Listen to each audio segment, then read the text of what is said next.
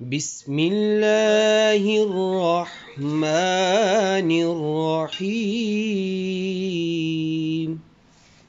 نحمده ونصلي ونسلم على رسوله الكريم وعلى آله الطيبين الطاهرين وعلى أصحابه أجمعين أما بعد فأعوذ بالله من الشيطان الرجيم بسم الله الرحمن الرحيم چینل فہم قرآن و حدیث کے سلسلہ فہم حدیث میں خوش آمدید۔ آج ہم سن النسائی کی ایک حدیث مبارکہ پڑھنے اور سمجھنے کی سعادت حاصل کریں گے۔ دعا ہے رب کریم ہمیں سمجھ کر عمل کی بھی توفیق عطا فرمائے، آمین۔ عن ابی ہریرہ رضی اللہ تعالی عنہ ان رسول اللہ صلی اللہ علیہ وآلہ وسلم قال لا يتمنين احد منكم الموت اما محسنا فلعله ان يزداد خيرا واما مسيئا فلعله ان يستعتب او کما قال النبی صلی اللہ علیہ وآلہ وسلم۔ حضرت ابو ہریرہ رضی اللہ تعالیٰ عنہ سے مروی ہے کہ رسول اکرم صلی اللہ علیہ وآلہ وسلم نے ارشاد فرمایا، تم میں سے کوئی شخص موت کی تمنا نہ کرے، وہ یا تو نیک لوگوں میں ہوگا تو ممکن ہے اس کے نیک عمل میں زیادتی ہو جائے، اور یا بدکاروں میں ہوگا تو ہو سکتا ہے کہ آئندہ توبہ کر کے رب تعالیٰ کی خوشنودی حاصل کر لے۔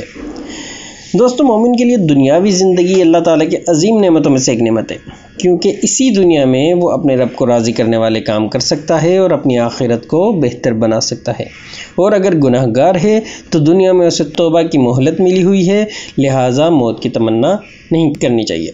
حضرت شیخ عبدالحق محدث دہلوی علیہ رحمہ اس حدیث مبارکہ کے تحت فرماتے ہیں کہ دنیاوی نقصان جیسے بیماری یا غربت وغیرہ کی وجہ سے موت کی تمنا کرنا مکروہ ہے، اس لیے کہ یہ بے صبری اور تقدیر الہی سے ملال و ناراضگی کی نشانی ہے، لیکن اللہ تعالیٰ کی محبت اور اس کی ملاقات کے شوق میں موت کی تمنا کرنا مکروہ نہیں ہے، بلکہ یہ تو ایمان اور اس کے کمال کی نشانی ہے۔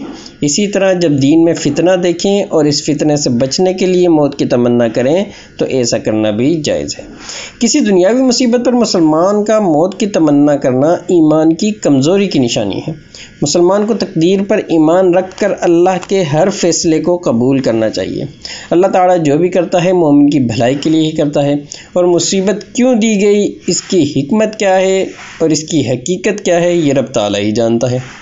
لہٰذا ہر صورت میں مومن کو صبر سے کام لینا چاہیے اور موت کی تمنا نہیں کرنی چاہیے، کیونکہ کسے پتہ ہے کہ موت کے بعد کی زندگی موجودہ زندگی سے بہتر یا نہیں۔ اگر آدمی معاذ اللہ جہنمی ہے تو گویا ایسی مصیبت کی تمنا کر رہا ہے جو کبھی ختم ہی نہیں ہونے والی، اور وہ تکلیف بھی ایسی ہے کہ جس کا ہم دنیا میں تصور بھی نہیں کر سکتے۔ اس لیے زندہ رہنا اور نیک اعمال کرنا ہی مومن کے لیے بہتر ہے۔ دعا ہے رب کریم عمل کی توفیق عطا فرمائے، آمین۔ زندگی نے وفا کی تو اگلی ویڈیو میں پھر ملاقات ہوگی، اس وقت کے لیے اللہ حافظ، السلام علیکم ورحمۃ اللہ وبرکاتہ۔